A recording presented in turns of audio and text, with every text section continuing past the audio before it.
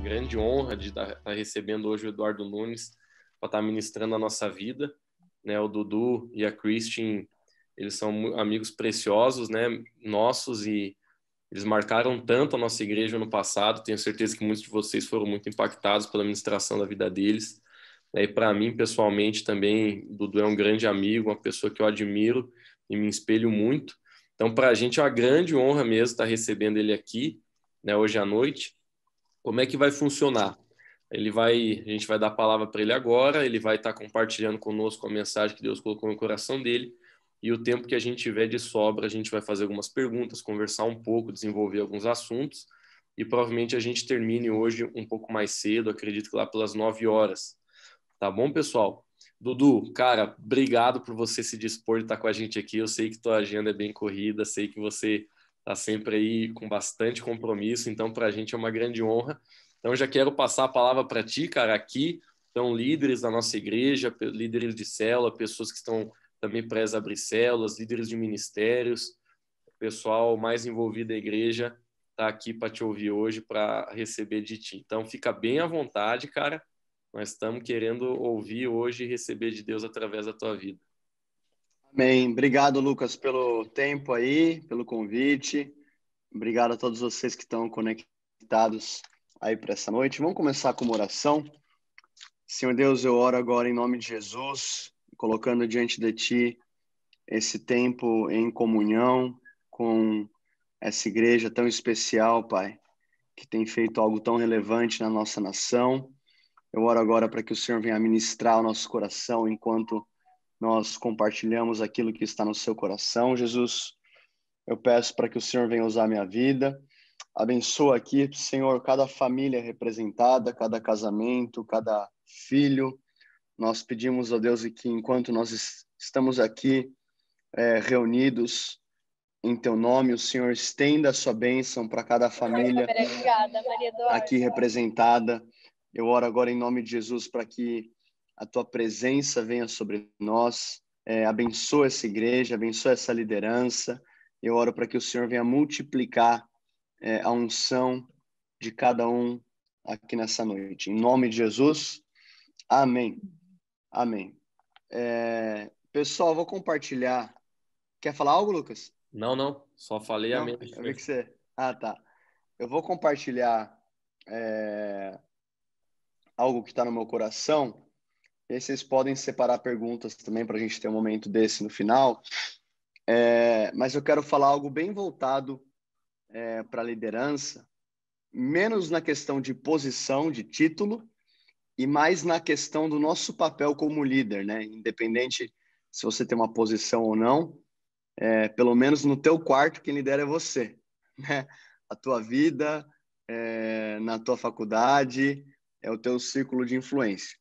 Então, liderança nada mais é do que mover pessoas de ponto A para B. E aí a gente tem lideranças boas e lideranças não tão boas assim, mas a liderança é a capacidade de você influenciar alguém. Lá em 1 Timóteo, não vai ser o texto que a gente vai meditar, mas lá em 1 Timóteo, capítulo 4, versículo 12, Paulo ele vai falar o seguinte: ninguém despreze o fato de você ser jovem.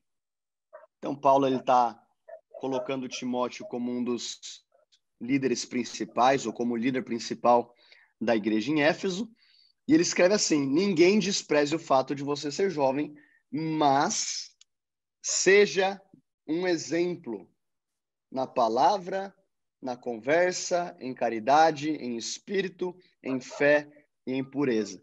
Então, olha que interessante. De um lado, Paulo está falando: olha, Timóteo, você tem a posição de liderança.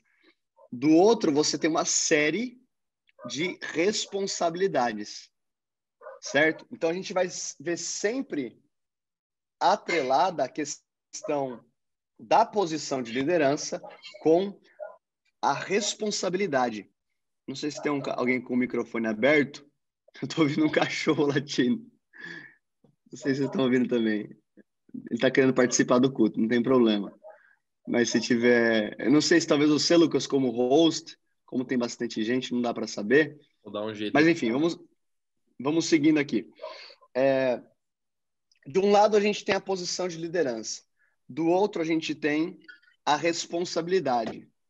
Tem uma frase do... Quem que já assistiu o filme do Homem-Aranha? Levanta a mão. Tá, algumas pessoas. O Uncle Ben, ele fala uma frase muito importante, que é o tio do Homem-Aranha. Ele fala assim, com grandes poderes vem grandes responsabilidades. É basicamente isso que Paulo está ensinando para Timóteo. Ele está falando, Timóteo, você tem uma influência muito importante na igreja, não se esqueça que você tem que ser um exemplo. Então, quem que já viu alguém falando assim, mas eu não sou Jesus, você tem que seguir Jesus, você não tem que olhar para o homem. Tenho certeza que quase todo mundo já ouviu alguém falar isso. Agora, Paulo, ele fala assim, sede os meus imitadores, como eu sou de Cristo. Então, como que a gente vê uma evolução na maturidade espiritual de uma igreja? Através do crescimento espiritual da liderança. E eu quero falar hoje sobre multiplicação. Porque quando a gente fala de milagre, de multiplicação, quem que gosta de milagre? Levanta a mão. Tem alguém? Tá. Quando vem uma porta aberta na sua vida, provisão, um milagre, aquele carro que cai do céu, uma dívida que é quitada, ou um milagre físico, uma cura sobrenatural. Todo mundo gosta de milagre, certo? Agora, quando a gente começa a estudar a Bíblia, a gente começa a ver que na história dos milagres existe uma série de fatores que contribuíram para aquilo. Obviamente que Deus, ele é soberano e ele pode estralar o dedo e fazer a parada do jeito que ele quer, a hora que ele quer, da maneira que ele quer, e ele não precisa da gente. Mas em vários momentos da Bíblia, nós vemos que o Senhor, ele escolhe trabalhar em parceria. Por exemplo, Moisés estenda o cajado, certo? Eu vou abrir o mar. Josué, vocês vão dar 7 voltas na cidade, e no 7º dia, na 7ª volta, vocês vão gritar, e eu te darei a cidade. Viúva, derrame o pouco de azeite que você tem em muitas vasilhas, e eu vou multiplicar. Isso se estende ao Novo Testamento, quando a gente vê o primeiro milagre de Jesus. O que Jesus fala? Encham as talhas de pedra de água. Agora, uma pergunta para vocês. Jesus precisa da matéria-prima água para fazer milagre? Sim ou não? É claro que não. Ele é soberano. O que é mais difícil para Jesus? Transformar água em vinho ou ar em vinho? Dá na mesma, certo? Ele tem todo o poder. Por que ele pede água, então? Ele está querendo comunicar um princípio para mim e para você. E qual que é o princípio? Faça o natural, que eu vou fazer o sobrenatural. Faça aquilo que está ao seu alcance, que eu vou fazer aquilo que você não consegue. E muitas vezes nós, como liderança, nós ficamos muito passivos, esperando o milagre acontecer, esperando uma porta abrir, esperando alguma coisa mover no mundo espiritual, quando, na verdade, o coração de Jesus está falando, faz alguma coisa, se mexe, e eu vou fazer o milagre acontecer na sua vida. Então, obviamente que Jesus não precisava de água, mas quando ele pede água para os servos naquele casamento, ele está falando, eu posso fazer sozinho, mas eu quero fazer com você. E esse aqui é um grande privilégio. Que privilégio é você ser usado por Jesus para fazer parte de um milagre. Então, eu quero entrar aqui numa história em João capítulo 6. Se você puder abrir junto comigo, João 6. A gente vai falar de uma história bem conhecida. A primeira multiplicação de pães e peixes. Fala assim, lá no versículo 5. Então Jesus, levantando os olhos e vendo que uma grande multidão vinha até ele, disse a Filipe, onde nós compraremos pão para que todos possam comer? Então, vamos lá. Então, Jesus ele está olhando a multidão e ele pergunta para Filipe, onde compraremos pão para todo o povo comer? Se você estiver anotando, anota isso. Ponto número 1. Um segundinho, rapidinho, pessoal. Você pode levar para o Joshua depois? Obrigado. Estou passando aqui a mamadeira do meu filho. Ponto número 1. Encare o problema. Qual que é o péssimo hábito da nossa geração, da humanidade? Eu falo muito pelos jovens. É fingir que um problema não existe. Então, quais são duas reações automáticas que a gente tem que eliminar? A primeira, desespero. Meu Deus do céu, onde que a gente vai comprar pão para tudo isso? Como é que eu vou pagar a conta esse mês? Meu Deus do céu, como é que vai ser nesse ministério? Ai, Jesus. Quem sabe o que eu estou falando? Qual que é a segunda reação? Fingir que não tem problema nenhum. É a negação. Escreva isso. Como líder, eu só posso melhorar aquilo que foi diagnosticado. Então você não consegue melhorar o que você não consegue medir. Então Jesus ele está diante de um problema e ele não esconde que existe um problema. Ele vira para Filipe e fala: onde compraremos pão? Então, qual que é uma das grandes chaves da liderança? É a velocidade que você tem em resolver problemas. Quem aqui já pode pensar em pelo menos duas conversas que você tem que ter, que você está adiando? Ah, vou fazer depois, semana que vem eu faço. Ah, quando encontrar aquela pessoa lá, eu pergunto. E o que é isso? É uma demora. E o Senhor está falando com a gente hoje. Encare o problema. Quando a gente vai para Eclesiastes capítulo 10, Salomão vai dizer o seguinte. Ó, Eclesiastes capítulo 10, versículo 18. Por muita preguiça, o edifício é destruído, e pela ociosidade das mãos, a casa goteja. O que Salomão está falando, pessoal? Aí no sul vocês falam goteja ou goteira, Lucas? Goteira, que é Tá, goteira. goteira. Tá, goteira. Vamos lá. O que Salomão está falando? Sabe aquela goteirinha?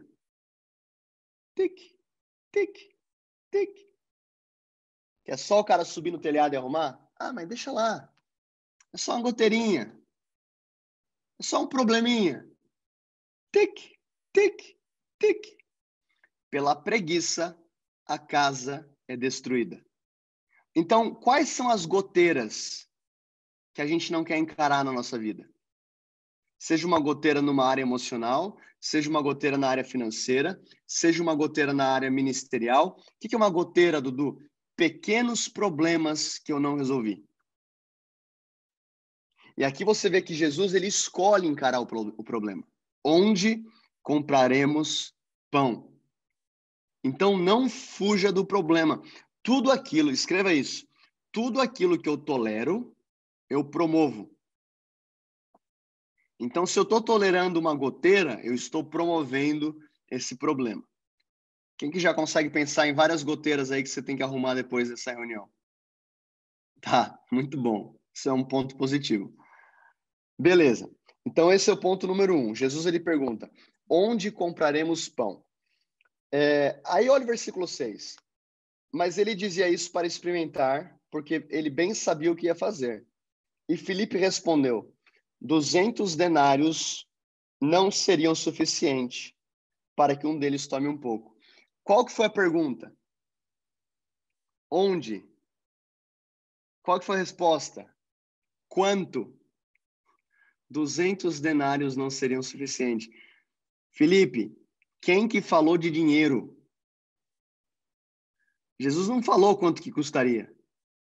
Ele falou de onde seria comprado. Jesus não está falando de quanto, ele está falando da fonte. Quem que é a fonte do milagre? Deus. Então, a segunda coisa que deve acontecer antes do milagre, escreva isso, é uma mudança de perspectiva. Então a gente tem que parar de ficar olhando para aquilo que a gente não tem e começar a olhar para o Senhor, que é o provedor de todas as coisas. Sabe por quê? Porque muito provavelmente, 100% de certeza, na verdade, que Deus vai te dar um sonho que é maior do que a sua carteira. Deus vai te dar um sonho que é maior do que a sua conta bancária. Se o seu sonho ele não é maior do que a sua conta bancária, tem alguma coisa de errado aí. Porque o seu sonho tem que ser grande o suficiente para você não conseguir cumprir sozinho, para você depender de uma intervenção divina, para você depender de um milagre. E Jesus aqui está trazendo uma mudança de mentalidade nos discípulos.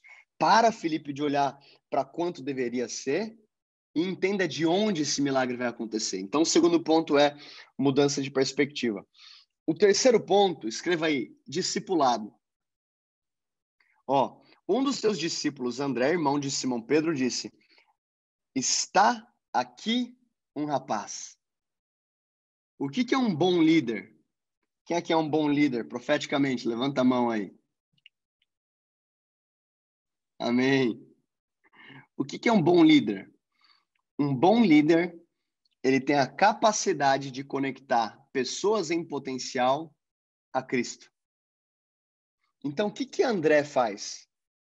André, ele consegue visualizar naquela multidão um menino.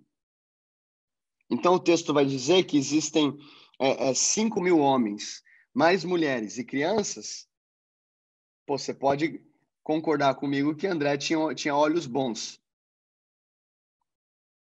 Ele consegue ver que no meio daquela massa tinha um menino com 5 pães e 2 peixinhos. O que é um grande diferencial em toda liderança?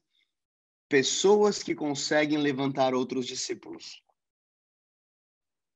Miles Monroe falava o seguinte, que o seu sucesso ele é mensurado na sua ausência. Por quê? Porque na sua ausência não vai ser você fazendo, vai ser os discípulos que você preparou.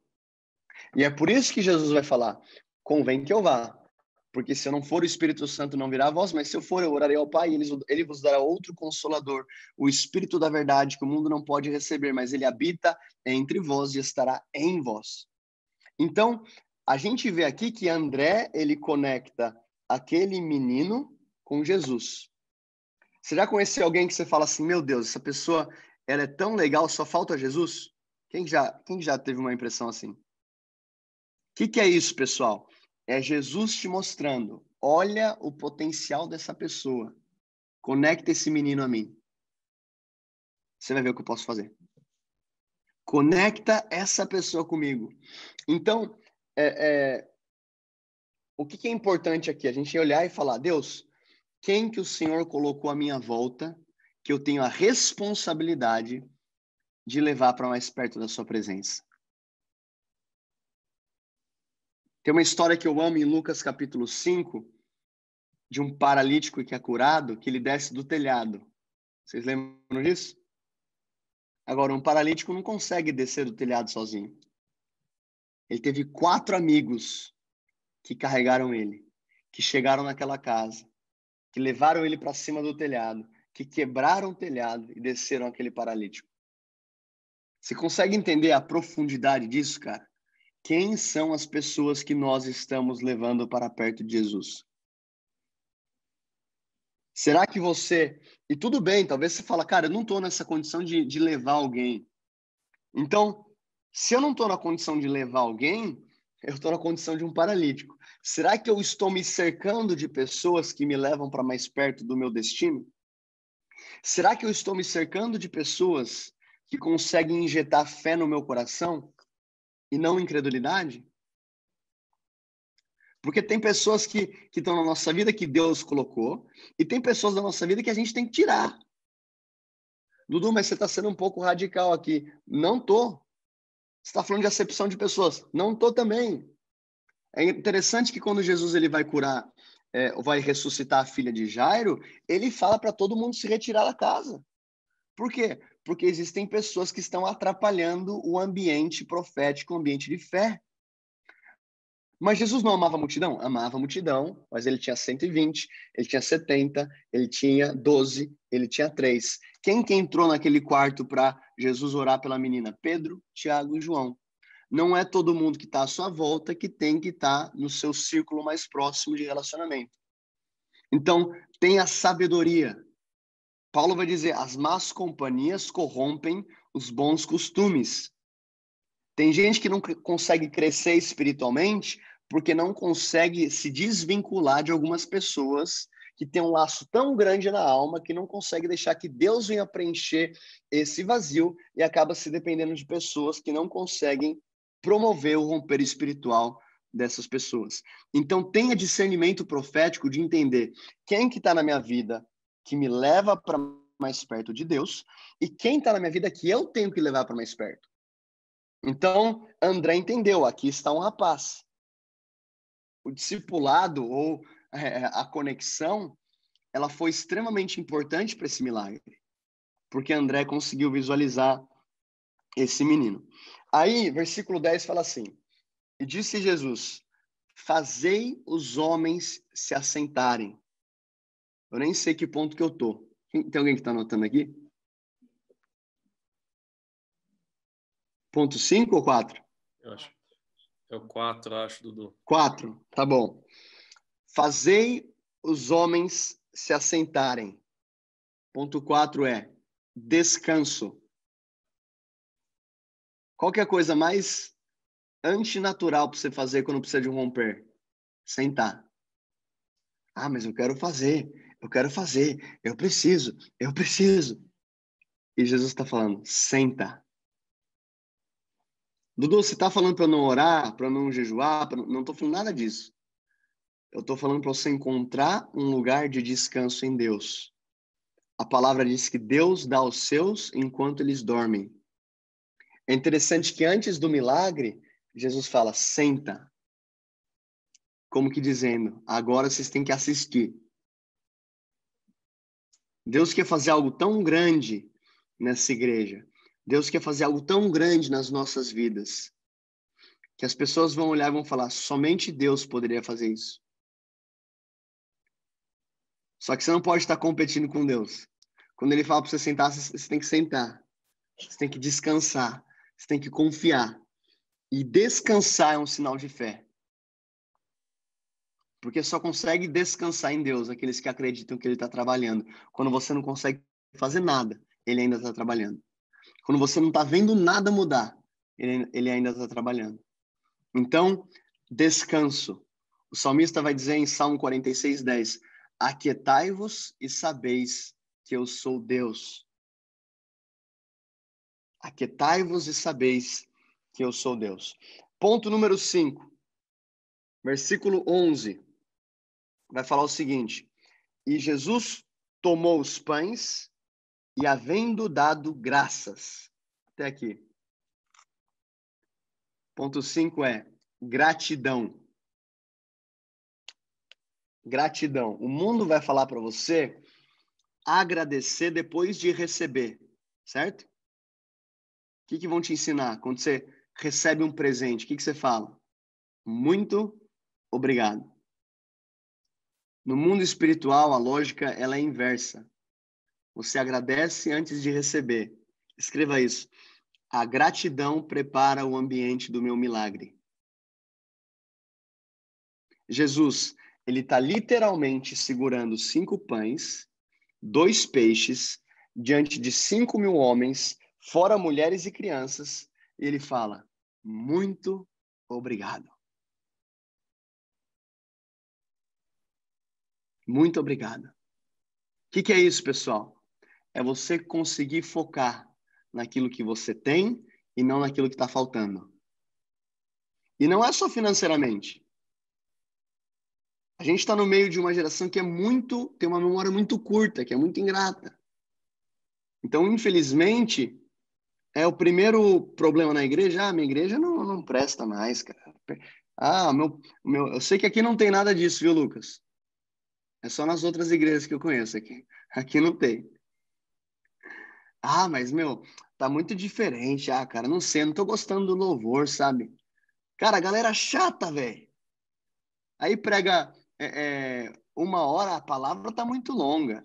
Aí prega meia hora, a palavra tá muito curta. O pastor não tem muita profundidade. Tipo, nada tá bom. Aí a gente vê aqui Jesus, o texto em Mateus 14 fala que Jesus ele pega o pão e olha para o céu. O que é olhar para o céu? Ele está tirando os olhos daquilo que faltava e ele está colocando os olhos em Jesus, em Deus. Jesus está olhando para Deus. Então, o que a gente tem que entender aqui? Que antes do milagre, Deus ele quer preencher nosso coração de gratidão. Eu creio que Deus está gerando aqui uma cultura de celebração, que nós estaremos constantemente celebrando aquilo que Deus está fazendo. Sabe, João Batista, quando ele está na prisão, ele fala para os seus discípulos, vai perguntar se é mesmo Jesus ou se a gente tem que esperar outro. Vocês lembram disso? E aí Jesus fala assim, diga a João que os cegos veem, os surdos ouvem e aos pobres é pregado o reino de Deus. O que Jesus está dizendo? Galera, fala para João o que eu estou fazendo para que ele não foque naquilo que não está acontecendo. Porque na cabeça de João, se ele é mesmo Messias, tem que me tirar aqui da prisão. E Jesus fala, os cegos veem, os surdos ouvem, e aos pobres é pregado. Toda igreja saudável, como são vocês, eu já tive a alegria de estar aí por, acho que 4 dias, né, Lucas? Ou 3 dias? Acho que 4 dias que eu fiquei aí, de sexta ou de quinta, sei lá, até segunda. Vários dias com minha esposa. Foi muito bom. Toda igreja saudável tem uma forte cultura de celebração. É o que Jeremias fala, eu quero trazer à memória aquilo que me traz esperança. É você estar constantemente celebrando aquilo que está acontecendo. Então Jesus, ele encara o problema, Jesus, ele muda a perspectiva, existe poder nas conexões, Jesus fala para descansar, Jesus agradece, e número 6, distribuição. Onde que o milagre acontece? Nas mãos dos discípulos. Enquanto eles davam, aqueles pães e peixes multiplicavam. O que isso quer dizer? Que tem muita coisa na sua vida que vai ser destravada quando você colocar em prática aquilo que você já sabe. Olha o que o texto vai dizer. Vamos para Mateus 14. É a mesma história, só que contada através de outro discípulo. Ó, versículo 19. E ordenando a multidão para que se assentasse sobre a relva, tomou 5 pães e 2 peixes, erguendo os olhos ao céu, os abençoou. E partindo os pães, deu-os aos seus discípulos, e os discípulos à multidão. Então, existe um princípio no mundo espiritual que é o seguinte: a unção multiplica enquanto você libera. É por isso que o óleo da viúva multiplicava enquanto ela derramava. Então, tem muitas vezes que eu fico, mas tenho que saber mais, eu tenho que estudar mais, eu tenho que estar mais preparado. Eu sou totalmente a favor disso. Mas que isso não te impeça de fazer algo hoje. Recentemente veio um jovem falar comigo, ele falou assim, Pastor Dudu, qual que é o próximo curso que eu tenho que fazer? Falei, como assim? Eu já fiz esse curso, eu já fiz esse do Dunamis, eu já fiz esse da Bethel, eu tô fazendo esse aqui, eu tô lendo esse livro, eu já li o outro livro. Qual que é o próximo? Cara, que eu sinto que eu preciso de um romper ainda. Aí eu falei assim, na hora o Espírito Santo me falou, pergunta quem que ele está discipulando. Eu falei assim, quem que você está discipulando? Ele, como assim? Quem está ajudando? Quem está acompanhando? Ele falou, ninguém. E na hora o Senhor falou comigo, o romper dele não aconteceu porque ele é um lago. Ele só recebe. Fala para ele encontrar algumas pessoas para liberar aquilo que ele tem, que eu vou trazer um romper sobrenatural na vida dele. Existe esse princípio, pessoal. Então Deus, ele muitas vezes vai renovar a sua força enquanto você distribui. Ele vai aumentar a sua unção enquanto você ora por pessoas. Financeiramente também, ele libera sobre as nossas vidas. Obviamente que nós não ofertamos ou entregamos o dízimo, devolvemos o dízimo para receber algo em troca, mas Deus ele é tão generoso que assim ele o faz. Então a gente vê que nessa história os discípulos assistiram à multiplicação a partir das mãos deles. E Deus está falando para a nossa geração, dê a eles algo de comer. Jesus, mas eu não tenho nada. Encontra aí 5 pães e 2 peixes, porque na mão de Deus é o suficiente. Sempre haverá o suficiente. Sempre haverá o suficiente. O texto vai dizer que eles comeram e sobraram 12 cestos de pães. Sabe por quê? Porque Deus, esse é o meu ponto número 7, Deus vai fazer na sua vida infinitamente mais do que tudo aquilo que você pode pedir ou pensar, segundo o poder que opera em você. Então, eles estavam, no princípio, operando em uma mentalidade de sobrevivência ou de escassez, e acaba esse episódio com uma mentalidade de abundância. Esse é o nosso Deus. Eu vou orar aqui, eu vou passar para o Lucas fazer as perguntas. Senhor Jesus, eu quero te agradecer por esse tempo e eu quero orar por uma grande multiplicação sobre essas vidas. Pai, eu oro por multiplicação de unção, de recursos, de pães, de peixes. Eu oro agora para que o Senhor venha multiplicar aquilo que foi colocado nas nossas mãos. Deus, eu oro para que o Senhor nos dê graça para encarar o problema, muda a nossa mentalidade, nos dê um coração cheio de gratidão, que a gente venha saber descansar na sua presença. E Deus, eu oro agora que o Senhor venha usar as nossas vidas para discipular vidas, para ganhar almas. Deus, eu quero declarar agora em nome de Jesus o teu toque, o teu fogo sobre a vida de cada um dos meus irmãos. Aonde você está, abre as suas mãos como recebendo algo da parte do Senhor. Espírito Santo de Deus, vem com teu fogo. Se você ora em espírito, começa a orar em espírito onde você está. Aumenta agora, Senhor, a tua presença sobre a vida de cada um.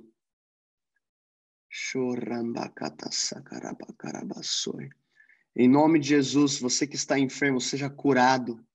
Toda dor nas costas, toda dor nos olhos, toda enxaqueca. Em nome de Jesus, vai embora agora.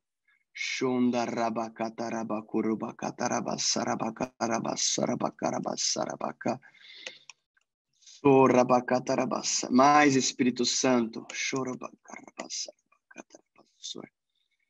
Em nome de Jesus, Deus. Eu oro por cura, eu oro por encontros com a sua presença, eu oro por multiplicação. Em nome de Jesus. Amém. Amém. Amém, amém, amém, amém, Dudu. Que precioso, cara. Eu, assim, enquanto você tá falando, eu tô sentindo muito forte, assim, hoje à noite, uma unção de romper mesmo, sabe? Eu sinto no meu espírito que para muitas pessoas que estão aqui na reunião, é como se tivesse uma barragem, assim, essa é a visão que eu tive, como se tivesse uma barragem segurando, sabe, a unção de Deus, essa barragem, uma barragem negativa que segura a unção de Deus de fluir através de algumas pessoas e como hoje essa barragem estivesse rompendo. E eu queria, cara, já utilizar isso que eu estou sentindo no meu espírito para fazer essa pergunta para ti. Quando nós estamos discipulando pessoas, a gente está ativando pessoas no ministério, sem dúvida nenhuma, às vezes o que a gente mais ouve é essa mentira que Satanás coloca no nosso coração, que eu não estou pronto, que eu não tenho aquilo que é suficiente. E eu conheço um pouco, cara, o teu testemunho, eu sei como Deus levantou você de uma forma rápida, e eu queria que você, se você puder, você falasse como que foi esse processo de Deus na sua vida, como que foi esse romper, sabe, de Deus na sua vida, de você realmente ver que você era chamado, era escolhido, era ungido, e o que que você poderia falar para essa pessoa que talvez hoje ainda está lutando com essa mentira, mas eu não estou pronto, eu acho que eu preciso de mais isso ou aquilo. O que que você poderia dizer para a gente a respeito disso? Tá. Essa questão de eu não tô pronto é realmente uma das grandes mentiras que a gente tem que quebrar. Porque se você for pensar assim, você nunca vai estar pronto. E se tiver, você vai começar a ser usado por Deus com 150 anos de idade, até conhecer a Bíblia inteira e etc. Quem aqui já pegou metrô? Ou trem? Tá. Você vai ouvir lá naquele vagão, né? cuidado com o vão entre o trem e a plataforma. Quem já ouviu isso? Tá. O que é esse vão? Imagina que o vão, pessoal, é a distância entre a realidade e o milagre, e o sobrenatural. Esse vão aqui você não consegue preencher. Você não consegue fazer a parte de Deus. Você pode ser o cara mais eloquente, mais sábio, mais inteligente. Você não consegue transformar água em vinho pela sua própria força. Você pode ser a pessoa que mais conhece da Bíblia. Você não consegue curar alguém sem o poder do Espírito Santo. O que eu estou falando aqui? Que esse vão entre o trem e a plataforma é o que Deus quer usar na sua vida para fazer o milagre acontecer. Só que você olha para esse vão e você fala, eu não estou pronto. Deus olha para esse vão e fala assim, eu quero invadir a sua impossibilidade para trazer um romper sobrenatural. Depende da perspectiva que você está enxergando. Se você estiver enxergando a partir de você, você não está pronto. Se você estiver enxergando a partir de Deus, essa é a distância que Deus quer operar para que o milagre aconteça na sua vida. Então, o que eu vou falar para você? Vai com medo mesmo. Ah, mas eu vou orar pelo cara, não sei se vai ter cura. Vai. Ah, mas e se eu falar de Jesus e o cara não aceitar? Vai. Você vai preferir voltar para casa falando, pelo menos eu tentei, do que aquela sensação, eu deveria ter falado aquilo que estava no meu coração. Então, olha para esse vão, que é a distância do seu milagre, de uma outra perspectiva. Em vez de pensar, cara, está muito distante, eu não estou pronto, pensa, Deus, só por você eu posso ver isso acontecer. E a fé atrai o milagre. É por isso que Paulo, em Atos, quando ele está pregando, ele vê que o paralítico tem fé para ser curado. Né? Isso, Atos capítulo 10, ou 11, deixa eu achar exatamente aqui o texto, porque esse texto explana muito bem isso que a gente está falando. Atos capítulo 10, 44. Não é esse aqui. Atos capítulo 14, 9.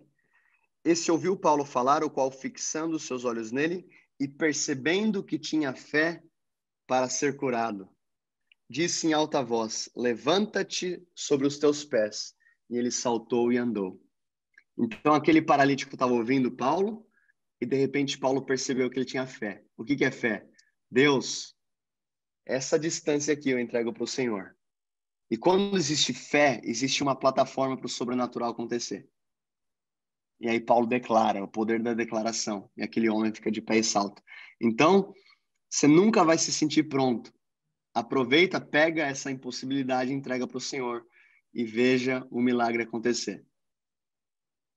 Amém, muito bom. Ô, Dudu, eu curti muito, cara, um princípio que você falou alguns minutos atrás, que no reino de Deus existe uma lei, né, que é aquilo que a gente coloca em ação que Deus pode multiplicar, né?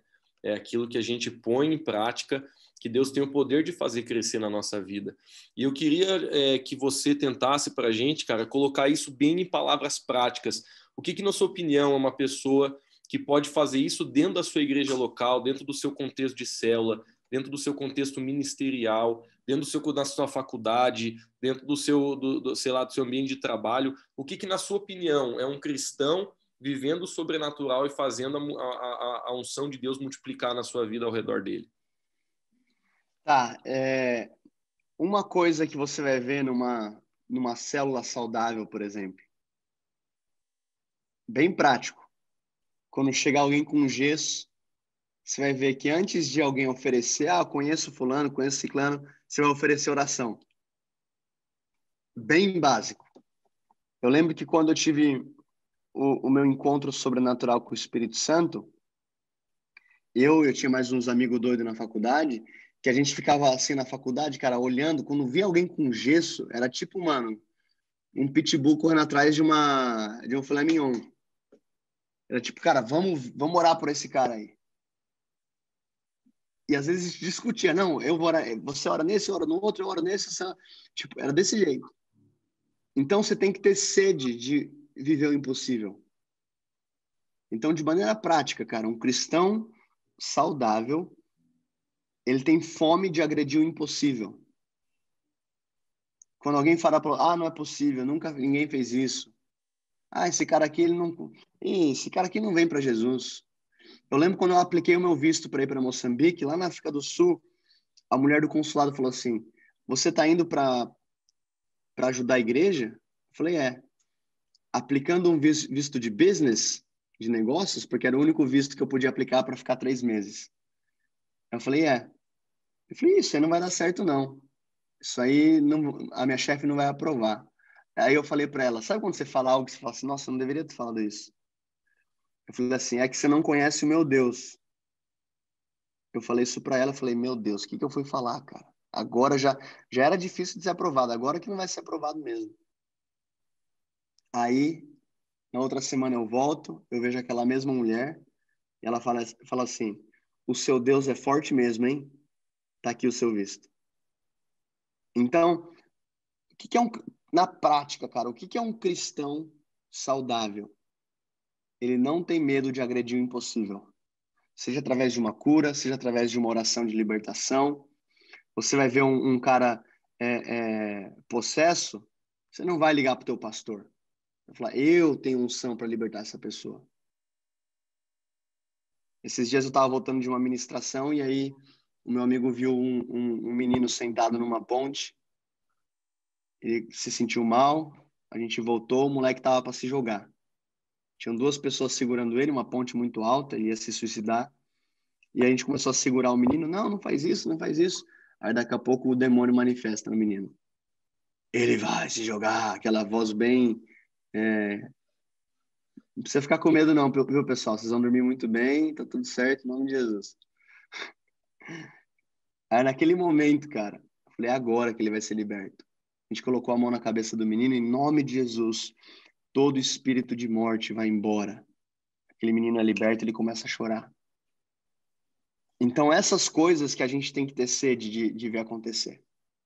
Cara, ser cristão é muito mais do que ser um bom cidadão, de você. É claro, seja um bom cidadão, paga os seus impostos, seja um bom vizinho, isso aí faz parte. Mas tem gente que não tem Jesus e consegue fazer tudo isso. Não é possível que Jesus morreu na cruz para a gente reduzir o cristianismo a uma boa cidadania. Se Paulo vai chamar a gente de embaixadores de Cristo, quer dizer que nós fomos enviados a uma missão. Qual que é a missão? Ide por todo mundo, pregai o evangelho a toda criatura, quem crer e for batizado será salvo, quem não crer será condenado, e os sinais acompanharão os que crerem. Qual que é um indicador que a minha fé é saudável? Os sinais acompanharão aqueles que crerem. Se a minha fé é saudável, ela tem que ter sinais. Amém. Muito Faz bom. sentido, Lucas? Muito, cara. Muito, muito, muito. Muito precioso. Ô, Dudu, eu queria também que você inspirasse a gente um pouco, cara. Eu lembro que quando você e a Cris estiveram aqui, foi tão precioso, cara, o quanto que a gente sentiu realmente da presença de Deus na vida de vocês, sabe? Isso foi uma coisa que me marcou, né? Eu sei que todos nós carregamos a presença de Deus, mas eu realmente senti na sua vida uma unção muito específica, cara, assim, que você carregava uma presença muito especial. E eu vejo que isso é uma das coisas que a gente mais deve buscar na nossa vida, porque, primeiro, porque a gente está fazendo algo, primeiramente, porque a gente ama Jesus, né? A gente não está numa missão sem o rei, né? A gente tá com ele e o resto digamos assim, acompanha. Mas, cara, eu queria que você falasse um pouco pra gente o que na sua opinião, qual é o estilo de vida, quais são os tipos de atitudes que nós devemos buscar, cara, para a gente ter uma vida realmente ligada na videira, onde a gente consegue realmente emanar Jesus e a presença de Deus onde a gente vai. Em outras palavras, a minha pergunta é essa: como que a gente consegue crescer dentro dessa ligação com o Espírito Santo? A gente está caminhando na rua, a gente sente algo, como que essa vida espiritual se desenvolve na prática, no pouco a pouco, desde quem está começando agora até quem às vezes já está um pouco mais caminhando com Jesus há mais tempo. Tá. Perguntaram para, se não me engano, foi Tozer o seguinte: o que é mais importante na vida do cristão? Oração ou leitura da palavra? E ele respondeu o seguinte: qual asa é mais importante para a águia? A direita ou a esquerda? Então, em outras palavras, quando nós desenvolvemos esse estilo de vida de devoção, né, desconfie de um cristão que diz amar Jesus e não tem sede das Escrituras. Desconfie. É a mesma coisa. Eu quero ouvir Jesus. Deus não fala comigo. Você está com o seu celular desligado? Tua Bíblia está fechada ou está lá aberta em Salmo 91. Você não está com o teu sinal conectado com o do Senhor. Eu não estou aqui querendo bancar de religioso, falando que Deus só fala se eu tiver com a minha vida devocional em dia. Mas se eu não tiver com a minha vida devocional em dia, é um sinal que o meu coração não está no lugar certo. O que Jesus fala para a igreja, né, de Éfeso? Quando a gente vai para Apocalipse capítulo 2, ele fala o seguinte: eu conheço as suas obras, né? Deixa eu abrir aqui. Eu conheço as suas obras, o teu trabalho, a tua paciência. Era uma igreja ocupada. Todavia eu tenho algo contra ti, porque abandonaste o primeiro amor. Então, um estilo de vida de oração e de leitura da palavra vai estar fazendo com que você coloque lenha na tua fogueira. E se a tua fogueira tiver com lenha, naturalmente vai ter fogo. O que é isso? Você vai para o mercado, as pessoas vão sentir. Você vai para a faculdade, as pessoas vão sentir. O que é o fogo? A presença do Espírito Santo. Se preocupe em pôr lenha, que eu te garanto que você vai carregar a presença de Deus. Onde tem adoração, onde tem leitura da palavra, onde tem devoção, vai ter presença de Deus. Por quê? Porque tem lenha na fogueira. Lembra daquela mulher que derramou o vaso, né, de alabastro aos pés de Jesus, ungiu Jesus? O texto diz que a casa ficou cheia daquele perfume, daquela fragrância. Quando o cristão tem vida com Deus, ele entra em ambientes e, cara, muda a atmosfera. Você não consegue produzir isso. Eu não sou contra gelo seco na igreja, luz na igreja, não sou contra. A minha igreja faz isso também. Mas isso a gente consegue produzir. Agora, a presença de Deus a gente não consegue produzir. A presença de Deus, ela é manifesta. E ela é manifesta onde existe intimidade e ela é manifesta onde existe fome. O mundo espiritual é movido por intimidade, fome e expectativa. É por isso que Jesus fala várias vezes: o que queres que eu te faça? Ué, mas Jesus não é onisciente? Por que ele pergunta? Ele já deveria saber. O que você acha, Senhor Jesus, que o cego quer? Ele quer ver. Mas quando ele pergunta, ele está falando: qual que é o nível da tua fome? Qual que é o nível da tua fé? E se você tiver fome, fé, a sua vida devocional, naturalmente, cara, você vai estar andando e o Espírito Santo vai falar com você naquilo que você leu de manhã. Você vai pensar, o inimigo vai te atacar com pecado, você vai falar: opa, cara, isso aqui faz parte do velho homem, eu me arrependo, lava, Senhor, a minha mente. Esse processo de você estar constantemente colocando lenha na fogueira vai te capacitar a viver cheio do Espírito Santo. Amém. Muito bom, cara, muito bom mesmo. Ô, Dudu, a gente está chegando no final da nossa reunião, então eu queria fazer um último pedido para ti, cara, que você desse para a gente uma palavra final daquilo que você sente no seu coração. Se você quiser liberar uma palavra sobre a nossa igreja também, sobre os nossos líderes, fique bem à vontade para você fazer suas considerações finais e lançar uma palavra que você sente no seu coração. E eu vou pedir que você ore mais uma vez com a gente para nós encerrar, pode ser? Beleza, beleza. Obrigado, meu irmão, pelo tempo aí com vocês. Amo Amém. muito a tua vida. Parabéns pelo trabalho, cara. Você tem um dos corações mais pastorais aí dos jovens pastores que eu conheço. É uma alegria estar caminhando contigo. Espero em breve a gente estar de volta na fazenda lá, né? Vamos estar assim. Caminhando junto. Amém. Uma coisa que, enquanto eu falava aqui, eu senti no meu coração Jesus gerando essa expectativa dentro de nós para uma grande colheita. Então, eu quero realmente te incentivar a estar orando pelo teu bairro, orando pela tua vizinhança, crendo que nós estamos para viver a maior colheita de almas que o Brasil já viu. Eu não estou falando simplesmente de números, mas de discípulos de Cristo E eu creio que essa igreja vai ser um ponto muito importante para aquilo que vai acontecer. Amém. Eu lembro que quando eu estive aí com a Christine no ano passado, a gente profetizou que pessoas de muitos lugares iam estar viajando para receber do avivamento liberado aí nessa casa. E eu creio que o Senhor está nos chamando hoje para esse nível de responsabilidade, como eu falei no começo, preparando a gente para uma multiplicação, porque todo o texto começa aqui porque Jesus viu uma multidão que tinha fome. E existe uma multidão com fome do pão da vida, com sede da água da vida, e o Senhor está convidando a gente como liderança para poder saciar o desejo, primeiro, do coração dele, e segundo, desse povo que está realmente dependendo de um toque do Senhor. Então, Senhor Jesus, eu quero te agradecer por essa noite, eu quero te agradecer por tudo aquilo que foi liberado no mundo espiritual, e eu oro agora, Deus, que em nome de Jesus, o Senhor venha capacitar os meus irmãos nessa temporada de avivamento. Senhor Deus, compartilha do teu fogo, da tua presença, da tua glória, da tua sabedoria com todos eles. Eu oro, Deus, para que nunca falte azeite, nunca falte farinha, nunca falte da tua presença sobre cada casa aqui representada. Deus, eu oro para que o Senhor venha nos ensinar a orar. Assim como os discípulos pediram ao Senhor, ensina-nos a orar, como João ensinou aos seus discípulos. Nos leva para um novo nível de oração, um novo nível no profético, um novo nível, Pai, de intimidade.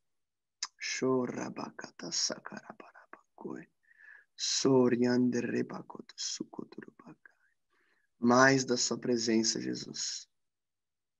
Eu vejo, Emerson, sobre a sua vida, o Senhor liberando um fogo muito forte sobre você, sobre a sua casa. E Deus vai usar a vida de vocês poderosamente para discipular muitas pessoas. O seu testemunho tem um poder muito grande. Aquilo que Deus fez em você, Ele vai começar a fazer através de você. Eu sinto o Senhor falando que Ele está restaurando, Ele está renovando, Ele está fazendo nova muitas coisas. E Ele está te lembrando hoje de sonhos impossíveis. Ele está falando, pode sonhar o impossível, meu filho. Sopra, Senhor, sobre cada um dos meus irmãos agora. E libera os sonhos impossíveis. Aqueles, Pai, que a gente guardou no armário, guardou na estante, a gente esqueceu. Que o Senhor venha renovar agora. Eu sinto que tem uma jovem aqui com um chamado muito forte para a esfera da educação. Para ser professora, e você já sonhou até em ter uma escola com princípios cristãos. Se você estiver aqui, recebe essa palavra agora em nome de Jesus. Ou escreve aqui no chat, eu estou aqui. Eu declaro sobre a sua vida sabedoria, eu declaro sobre a sua vida portas abertas. Em nome de Jesus. Senhor Deus, eu quero também declarar, alguém escreveu eu aqui, SSA Comércio. Não sei quem é, mas eu quero declarar sobre a sua vida que escreveu isso. A presença de Deus te capacitando para esse sonho. Amém. Em nome de Jesus. Deus, eu quero declarar também a sua bênção sobre a vida do Lucas. Pai, expande a visão dele, expande os horizontes dele. Obrigado pelo zelo que ele tem pela sua presença. Eu peço para que o Senhor venha multiplicar tudo aquilo que foi depositado sobre o coração dele. Em nome de Jesus. Amém. Amém. Amém. Cara, que gostoso, que presença boa de Deus. Eu tenho certeza que cada um está sentindo a presença de Deus em casa onde está, né? Como é precioso. Dudu, querido, como é um presente pra gente, cara, ter você como nosso amigo, como irmão em Cristo, abençoando a nossa casa, a nossa igreja. Cara, não tenho palavras para expressar mesmo o quanto que tu abençoa a minha vida de forma pessoal e toda a nossa igreja. Né? A pastora Neuci tá aqui do meu ladinho, ó. Recebendo, só bebendo. Pastora, Deus abençoe, pastora. Pastor Amém. Hugo, ele tá também pelo celular acompanhando, que ele não pode estar aqui com a gente, mas ele também tá com a gente aí. Mas, legal. Dudu, de coração, obrigado, tá, cara? Quem gostou aí, gente, dá uma salva de palmas na câmera, alguma coisa, faz um movimento. Cara, foi muito, muito, muito precioso. Obrigado, tá, Dudu? Que Deus abençoe De muito, nada, meu irmão. cara. Eu sei que é um tempo também de mudanças aí para você, para Christian. Deus tem colocado novos horizontes e você pode contar sempre com a nossa igreja, com a nossa família, porque nós realmente vamos estar sempre orando por você, cara, torcendo por ti, sendo suporte seu também, em nome de Jesus. Amém, Manão? Amém, Lucas. Tamo junto, meu irmão. Um grande beijo para vocês. Amém. Amo vocês, galera. Amém. Tchau, Valeu, tchau. Dudu. Deus abençoe você, cara. Um abraço.